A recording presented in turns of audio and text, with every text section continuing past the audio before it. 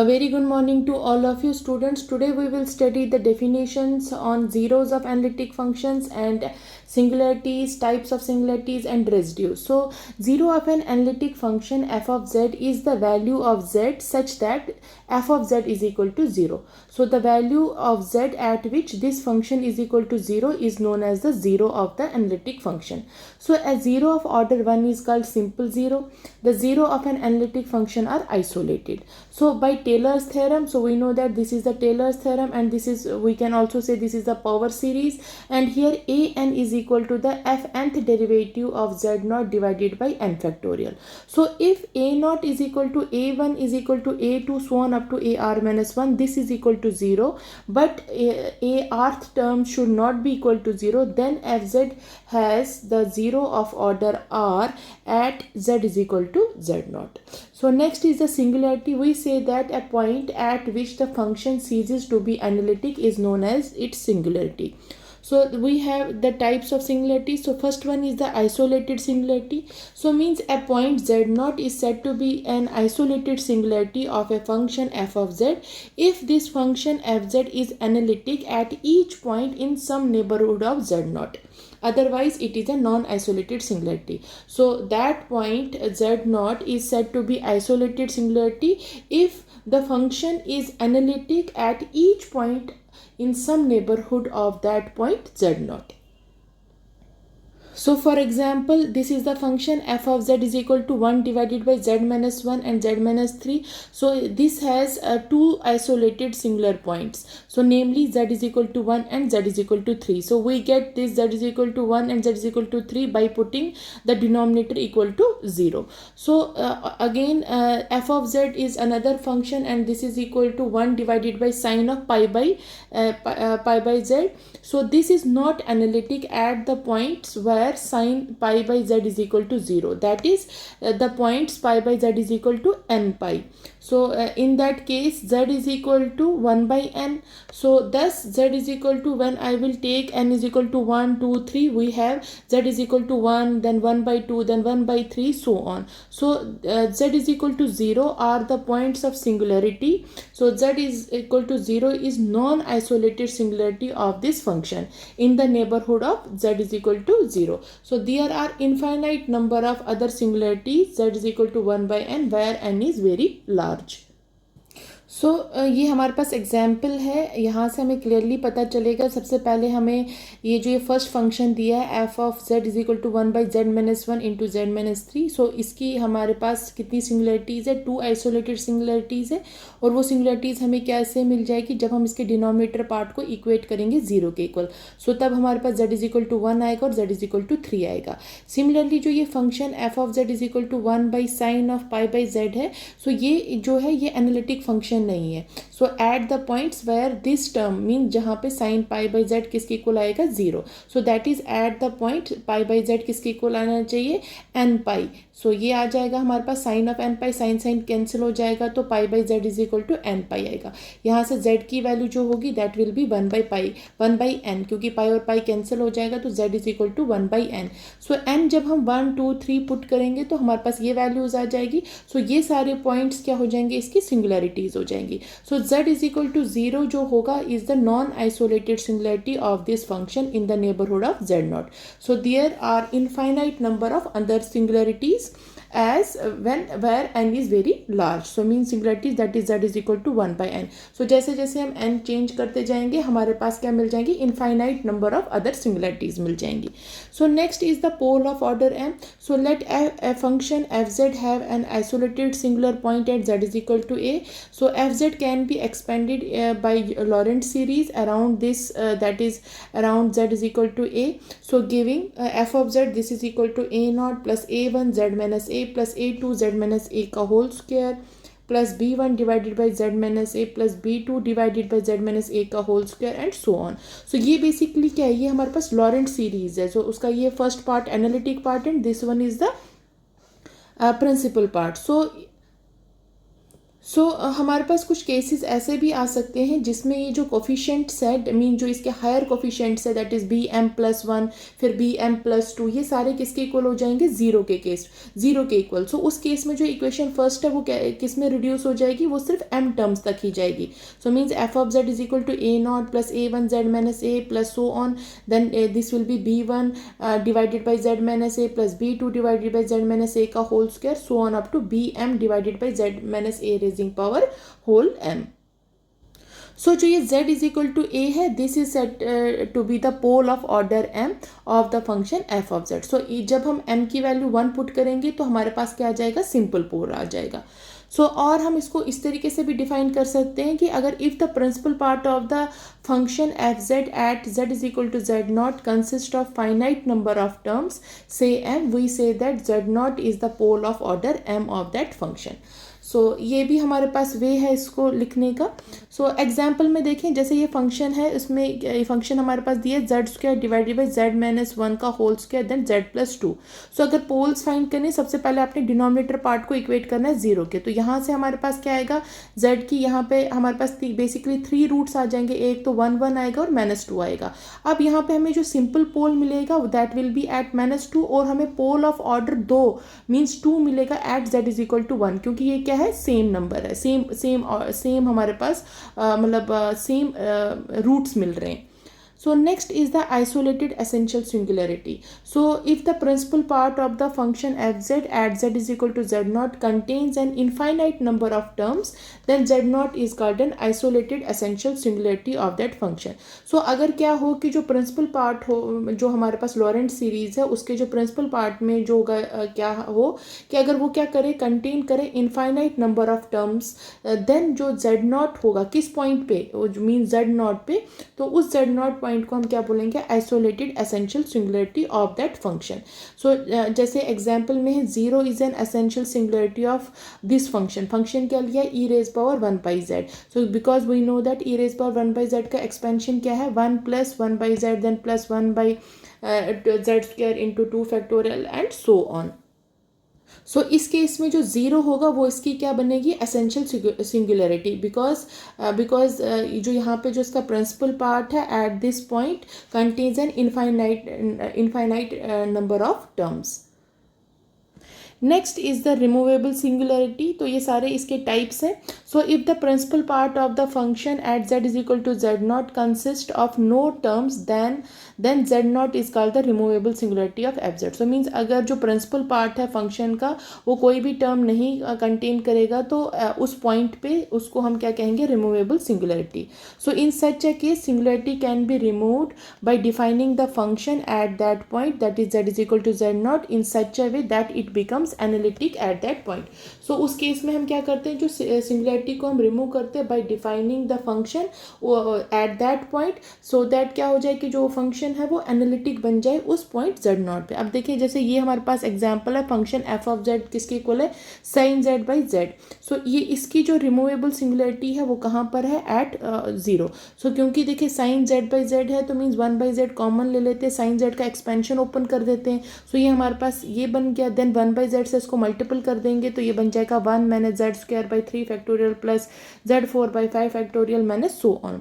यहाँ पे क्या आ रहा है कि क्लियरली जो फंक्शन है वो कोई भी no contains no negative terms of z, क्योंकि हमें पता है प्रिंसिपल पार्ट में हमेशा क्या होता है हमारे पास, क्योंकि हम लिखते हैं ना b1 divided by z minus A, means या हम इसको लिख सकते हैं b1, ये ऐसा आता है हमारे पास प्रिंसिपल पार्ट में, जैसे हम लिखते हैं b1 divided by z minus a then plus b2 divided by z minus a का होल स्क्वायर, या इसको इस तरीके से भी लिख सकते हैं b1 then z minus a whole inverse, then इसी तरीके से b2 जेड माइनस ए का whole minus 2 and so on. Means यहाँ पे जो एफ जेड है वो कोई भी नेगेटिव जो पावर्स ऑफ जेड है कंटेन नहीं कर रहा। वी सेट, हम उस केस में क्या करेंगे, इस फंक्शन एफ जेड को उसको इक्वल करेंगे 1 के at this point, that is z is equal to 0, so that ये जो फंक्शन है ये क्या बन जाए, एनालिटिक बन जाए किस पॉइंट पे, 0 पे। ऐसी सिंगुलरिटी को हम क्या कहते हैं, removable singularity. Next is the residue.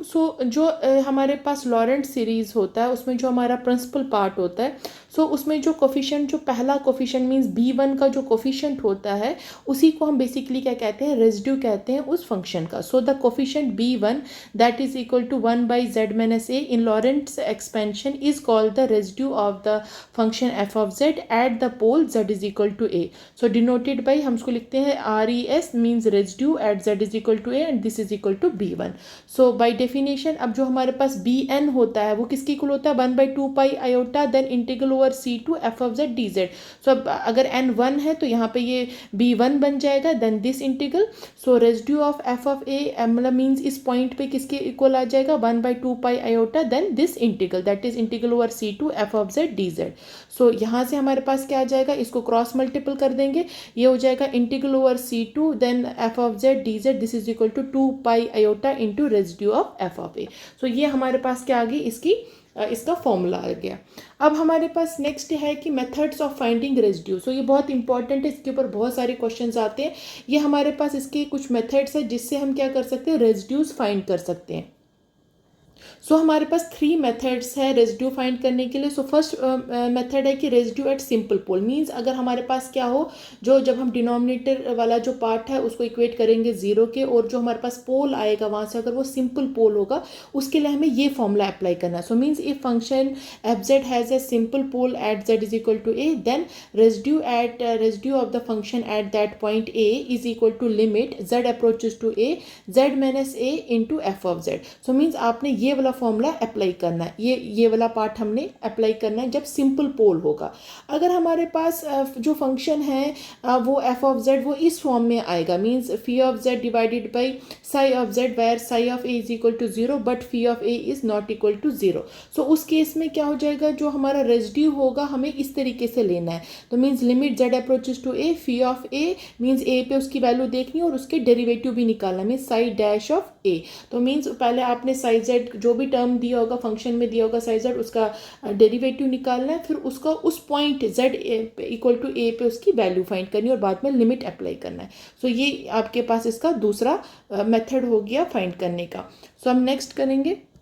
So next method is the residue at a pole of order n. तो मीन्स अभी तक हमने सिंपल पोल की बात की थी, मगर अगर हमारे पास n ऑर्डर के पोल हुए तो उस केस में रेजिड्यू निकालना हो अगर किसी पॉइंट पे तो उसके लिए फॉर्मूला ये है that is 1 by n minus 1 का whole factorial then d n minus 1 derivative है ये. सो डेरिवेटिव मतलब मीन्स इसका n माइनस 1th डेरिवेटिव निकालना है ऑफ किसका, z minus a raising power n then f of z and provided z at equal to a means at z is equal to a पे फिर उसकी value निकालनी है. सो पहले उसका डेरिवेटिव निकालोगे और उसके बाद इस पॉइंट पे उसकी क्या करेंगे, वैल्यू निकालेंगे. सो लास्ट जो मेथड है that is residue at a pole z is equal to a of any order means simple और ऑफ ऑर्डर m. सो ये भी हमारे पास थर्ड वे है इसको फाइंड करने का, थर्ड मेथड. उसके लिए हमें क्या करना है, residue of f of a this is equal to the coefficient of 1 by t. So जो कोफिशिएंट ऑफ 1 बाई टी होगा मीन्स 1 बाई टी कहाँ से, जो हमारे पास लॉरेंट्स एक्सपेंशन में जो फर्स्ट पार्ट आता था that is b1 divided by z minus a. So यही जो z माइनस ए है दिस इज इक्वल टू हमने t पुट किया है. सो यही इसका जो ये कोफिशिएंट होगा वही हमें वो किसके इक्वल आएगा, residue of f of a that will be equal to the coefficient of that term means 1 divided by t. So put z is equal to a plus t in the function and expand in the powers of t. So coefficient of 1 by t is the residue of function f of z at z is equal to a. So means हमने क्या करना है, जहाँ पे z होगा वहाँ पे आपने ये टर्म पुट करनी है, उसके बाद हमें उसको एक्सपैंड करना है इन द पावर्स ऑफ t में, और जो उसका जो फर्स्ट टर्म का जो कोफिशिएंट होगा वही उसका रेजिड्यू निकलेगा उस पॉइंट पे. अब हम इसके ऊपर कुछ एग्जाम्पल्स करते हैं. सो फर्स्ट एग्जाम्पल हमारे पास है find the poles and residues at each pole of the function. तो फंक्शन हमारे पास ये गिवन है और हमें क्या निकालना है, पोल्स भी निकालने हैं और रेजिड्यूज भी निकालने हैं. सो देखिए कैसे इसको सॉल्व करेंगे. सो हमें पोल को फाइंड करने के लिए क्या करना है, डिनोमिनेटर को क्या करना है, इक्वेट करना है 0 के. So put denominator equal to 0. So हम पहले डिनोमिनेटर को 0 के इक्वल पुट करेंगे तो उस केस में क्या आ जाएगा, z माइनस 1 का होल स्क्वायर और जो z प्लस 2 है इसको हमने इक्वेट करना है 0 के। सो यहाँ से हमें क्या मिल जाएगा, और आई कैन राइट जो z माइनस 1 का होल स्क्वायर है this is equal to 0 and z plus 2 is equal to 0। So z की वैल्यू हमारे पास एक -2 आ जाएगी और हमारे पास आ जाएगी 1 एंड 1। सो मीन यहाँ से हमें क्या मिल गया, एक सिंपल पोल मिल गया और एक पोल ऑफ ऑर्डर 2 मिल गया। So I will write here the function f of z has poles at z is equal to -2 and z is equal to 1 और यहाँ पे लिखेंगे ऑफ ऑर्डर 2। सो इसका ऑर्डर कितना है, 2 है। सो अब हमने रेजिड्यू निकालना है। सो अब ये पोल्स निकल गए, अब हमें रेजिड्यूज भी निकालने। सो रेजिड्यू के लिए अब देखें हम क्या करेंगे। अब हमने जो 3 मेथड्स आपको मैंने बताए थे वही हमें यहाँ पे यूज़ करना है। सिंपल पोल के लिए हमें पता है कि कौन सा फॉर्मूला अप्लाई करना है। सो जब हमें सिंपल पोल दिया होगा मीन्स यहाँ पे सिंपल पोल जो था that is z is equal to -2। So z is equal to -2 हमारे पास सिंपल पोल है, तो इसमें केस के लिए हमारे पास रेजिड्यू निकालने का फॉर्मूला क्या, मैं इधर लिख देती हूँ। That is equal to residue of function at that point means a पे this is equal to limit z approaches to a then it is z minus a into f of z। सो अब हमें ये वाला formula इधर apply करना है। सो देखिए कैसे हम अप्लाई करेंगे। अब यहाँ पे जो पॉइंट है मीन्स a क्या है, तो यहाँ पे z इज इक्वल टू -2 है, तो मीन्स a कितना है मेरा यहाँ पे 2 है। So therefore I will right a मेरे पास कितना है, -2 है। सो वही इसमें फॉर्मूला में पुट करेंगे। सो आई विल राइट यहाँ से आ जाएगा। So this is equal to residue of function, so residue of f of z this is equal to limit z approaches to a की जगह पे हो गया -2, देन आ जाएगा आपके पास z minus a that is -2, then f of z, और f of z कितना है आपके पास, z square divided by z minus 1 का whole square into z plus 2। So अब इसको सिंप्लीफाई कर देते हैं। यहाँ से हमारे पास वैल्यू आ जाएगी limit z approaches to -2 and ये हो जाएगा z plus 2, then it is z square divided by z minus 1 का whole square, then it is z plus 2। So ये जो z प्लस 2 और ये z प्लस 2 कैंसिल हो जाएगा। सो यहाँ से हमारे पास वैल्यू आएगी limit z approaches to -2, then it is z square divided by z minus 1 का होल स्क्वायर। अब हम इसकी 2 पे वैल्यू देख लेंगे कितनी आएगी। सो हमारे पास क्या था, हमारे पास वैल्यू थी कि residue of f of z this function this is equal to ये आया था limit z approaches to -2 then it was z square divided by z minus 1 का होल स्क्वायर। सो अब यहाँ पे हमने क्या करना है, z की जगह पे 2 पुट करना है, तो हमारे पास वैल्यू आ जाएगी, डायरेक्टली मैं लिख देती हूँ अब। So this is equal to z की जगह पे जब -2 पुट करेंगे तो ये -2 का स्क्वायर हो जाएगा, देन इट इज़ -2 देन -1 का whole square.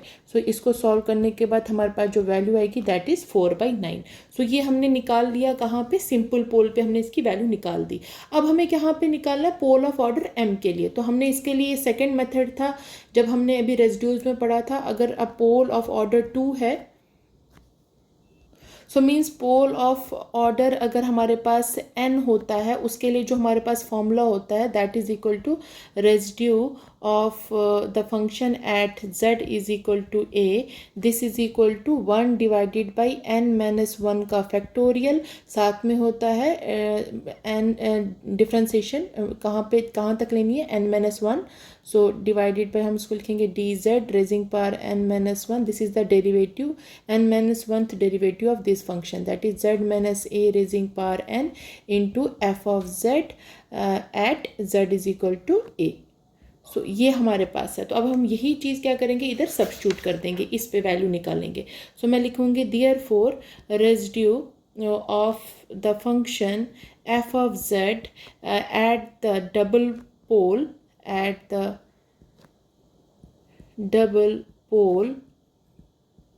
z is equal to 1 is. So अब हमें इस पे देखना है इसकी वैल्यू, मीन्स अब यहाँ पे हमने है n हमारे पास कितना हो जाएगा, यहाँ पे n हमारे पास यहाँ से हो जाएगा एन हमारे पास यहाँ पे 2 हो जाएगा क्योंकि इसका जो पोल ऑफ ऑर्डर है वो कितना है 2 है यहाँ पे. सो हम इसमें पुट कर लेते हैं. So I will write here. So this is equal to 1 divided by n minus 1. n हो गया 2 है. सो 2 माइनस 1 का फैक्टोरियल हो जाएगा. देन डेरिवेटिव ये आ जाएगा 2 minus 1 divided by D Z. ये आ जाएगा 2 माइनस 1. यहाँ पे आ जाएगा आपके पास z माइनस ए. अब a कितना है यहाँ पे मैं लिख देती हूँ. a हमारा कितना है वो हमारे पास था 1. सो a 1 है हमारे पास और n कितना है 2 है यहाँ पे, वो मैंने अब लिख दिया इधर. सो ये हो जाएगा a की जगह पे 1 आ जाएगा, n की जगह पे 2 हो जाएगा और function f of z. So f of z के जो मेन क्वेश्चन में दिया था that was z square divided by z minus 1 का होल स्क्वायर और यहाँ पे आएगा z plus it was z plus 2. So ये टर्म आ गई. So this at z is equal to 1 पे. सो अब इसको फर्दर सॉल्व कर लेते हैं. ये 1 फैक्टोरियल 1 ही होता है तो लिखने की ज़रूरत नहीं. यहाँ से 2 कट जाए, 2 में से ये हो जाएगा सिंगल डेरिवेटिव हो जाएगा. देन ये आपके पास आ जाएगा ये z माइनस 1 का होल स्क्वायर और ये भी कैंसिल हो जाएगा. यहाँ से आपके पास बनेगा z square divided by z plus 2 at z is equal to 1. So अब हमने क्या करना है, सिंपली इस वाले फंक्शन का डेरिवेटिव लेना और अब इसका जो डेरिवेटिव लेंगे बाई u बाई v से हम ले लेंगे. सो डायरेक्टली मैं इसकी वैल्यू लिख लेती हूँ. क्या आ जाएगी, सो आ जाएगा v square that is z plus 2 का होल स्क्वायर. देन v आ जाएगा, then plus differentiation of u का हो जाएगा 2z. देन आ जाएगा minus u into differentiation of v that is equal to 1. So यहाँ पे इसकी वैल्यू कहाँ पे निकालनी है हमें, at z is equal to 1 पे. अब डायरेक्टली आप क्या करेंगे, हम इसमें z की जगह पे 1 पुट कर लो और वहाँ से क्या आ जाएगा, इसकी वैल्यू आ जाएगी. सो आई विल फर्दर हम इसको ऐसे लिख सकते हैं, सॉल्व करेंगे सिंप्लीफाई. ये हो जाएगा 2 टू ज़ा ये बन गया 2 times z square. Then it will be 4z minus z square divided by आ जाएगा ये z प्लस 2 का whole square. So at z is equal to 1. So जब हम इसमें z की वैल्यू यहाँ से जो 2z स्क्वायर में से एक z स्क्वायर कैंसिल हो जाएगा. सो उसकी वैल्यू हमारे पास कितनी आ जाएगी, मैं यहाँ पे लिख देती हूँ. So this is equal to z square plus 4z divided by z plus 2 का whole square. So at z is equal to 1. So ये हमें 1 के लिए देखना है, यहाँ पे मैं लिख देती हूँ at z is equal to 1. So जब हम इसमें 1 वैल्यू पुट कर देंगे तो उसकी जो वैल्यू हो जाएगी आएगी that is 5/9. So this is basically the answer. So इस तरीके से आपने क्या करना है, इसकी वैल्यूज़ निकालनी है. तो बहुत सिंपल है, हमें पहले देखना है कि पोल का ऑर्डर क्या है. अगर सिंपल पोल है तो उसके लिए ये चीज़ रहेगा. अगर पोल ऑफ ऑर्डर n है, n मीन्स अगर n 1 है, 2 है, 3 है, 4 है, सिंपल पोल हो गया तो मीन्स 1 के लिए तो ओके है. मगर अगर पोल ऑफ ऑर्डर मतलब 1 से ज़्यादा के लिए होगा तो उसके लिए आपने ये डेरिवेटिव वाला फॉर्मूला अप्लाई करना है. So next example is that find the residue of the function f of z. This is equal to z e raised power z divided by z minus a whole cube at its pole. तो same हमें यहाँ पे भी करना है, मगर अब हमें यहाँ पे देखना है हमें कौन सा जो रेजिड्यू का फाइंड करने के लिए जो हमने 3 मेथड्स अप्लाई किए थे, हमने यहाँ पे देखना है कौन सा मेथड इधर अप्लाई होगा. सबसे पहले हम पोल्स फाइंड करेंगे. सो poles of f of z is given by putting denominator equal to 0. Given by putting, so denominator कितना है z माइनस ए का होल क्यूब. सो इसको किसके इक्वल लेना है, 0 के इक्वल. सो यहाँ से हमारे पास क्या आ जाएगा, z की वैल्यू कितनी आ जाएगी a. मगर ये जो पोल होगा क्योंकि a हमें 3 टाइम्स मिलेंगे, a और a मिलेगा. सो दिस मीन्स अब डायरेक्टली मैं ऐसे लिखूँगी, यहाँ पे जो z होगा that is equal to a means pole of order 3. Pole of order 3. So इसके 3 रूट्स मिल गए हमारे. सो हमने एक मेथड ये भी पढ़ा था कि अगर रेजिड्यू अगर हमें निकालना होगा of pole of order m के लिए होगा, उस चाहे वो सिंपल हो या पोल ऑफ ऑर्डर m के लिए हो, तो उसके लिए हमें कोफिशिएंट ऑफ 1/t फाइंड करना होता है. और उसके लिए हमने रूल पढ़ा था कि z को किसके इक्वल पुट करना होता है, a प्लस t के इक्वल. सो सेम यहाँ पे भी हम वही करेंगे. तो हमारे पास फंक्शन f ऑफ z जो है वो किसके इक्वल आएगा, z e raise power z divided by z minus a का होल क्यूब. सो हम सबसे पहले क्या करेंगे, हम लिखेंगे यहाँ पे putting z minus a is equal to t. So where t is small, so जब हम ये पुट कर देंगे फंक्शन में तो क्या वैल्यू आएगी, f of z this is equal to z की जगह पे हो जाएगा अब ए प्लस टी, तो ये आ जाएगा हमारे पास a plus t, then e raise power z की जगह पे भी हो जाएगा a plus t divided by z में हो जाएगा ये a plus t minus a का होल क्यूब। सो फर्दर इसकी वैल्यू आएगी a plus t, then it is e raise power a plus t, then divided by हो जाएगा ए cancel हो जाएगा तो ये बन जाएगा टी क्यूब। सो फर्दर हम इसको और ब्रेक कर लेते हैं। सो ये आ जाएगा a divided by t cube और देन प्लस हो जाएगा 1 डिवाइडेड बाई टी स्क्वेयर और ये आप आ जाएगा ई raise power a plus T. So further इस एक्सप्रेशन को हम और ब्रेक कर सकते हैं, हम लिख सकते हैं f of z this is equal to e raise power a into e raise power t, then ये हमारे पास आ जाएगा a divided by t cube then plus 1 by t square. So अब हम ई रेज पावर जो t है उसकी एक्सपेंशन को ओपन कर देंगे। सो यहाँ से हमारे पास आ जाएगा this is equal to e raise power a, जो अब ई रेज पावर टी होता है means e raise power x की एक्सपेंशन होती है 1 plus t square by 2 factorial, then it is t cube by 3 t square by 1, first आएगा t by, यहाँ पे आएगा first t by, this is t by 1 factorial, then it is t square by 2 factorial and plus so on, and other term जो हमारे पास थी that was a divided by t cube, then it is plus 1 divided by t square। so अब हम क्या करेंगे, इन दोनों को आपस में मल्टीपल कर देंगे और ऐड हो जाएगा ये दोनों एक्सप्रेशंस को, जो ये दोनों ब्रैकेट्स है, और वो हमारा फाइनल उसमें से हमने देखना है कोफिशिएंट ऑफ 1/t क्या है। सो यहाँ से आ जाएगा हमारे पास फर्दर एफ ऑफ जेड जो होगा that will be equal to e raise power a. जब हम इसको अंदर मल्टीपल दे देंगे तो हमारे पास जो टर्म बन जाएगी that will be a divided by t cube, मैं डायरेक्टली लिख रही हूँ step, so a divided by t square, फिर आ जाएगा a divided by 2t, then it will be plus 1 divided by t square plus 1 divided by t, then plus 1 divided by 2 plus so on. So अब हमने इसमें से क्या करना है, कोफिशिएंट्स ऑफ 1/t देखने हैं। सो अब कोफिशिएंट्स ऑफ 1/t कौन कौन सा होगा, एक 1/t ये है और दूसरा हमारे पास यहाँ पे आता, तो इसका कोफिशिएंट यहाँ से आपके पास 1 है और इसका कोफिशिएंट a/2 है। सो हम डायरेक्टली यहाँ पे लिख लेंगे इसकी वैल्यू। सो मैं यहाँ पे लिख देती हूँ। सो फर्दर मैं यहाँ पे सॉल्व कर देती हूँ इस पार्ट को।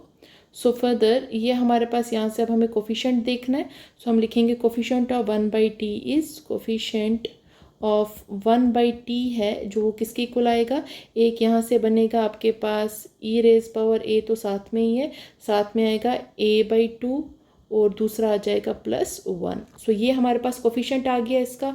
सो हेंस जो रेजिड्यू होगा इस फंक्शन का that is this at point z is equal to a। So hence the residue at z is equal to a is e raised power a then a/2 plus 1। so this is the answer। so इस तरीके से आपने क्या करना है, residues के ऊपर question solve करना है। Thank you.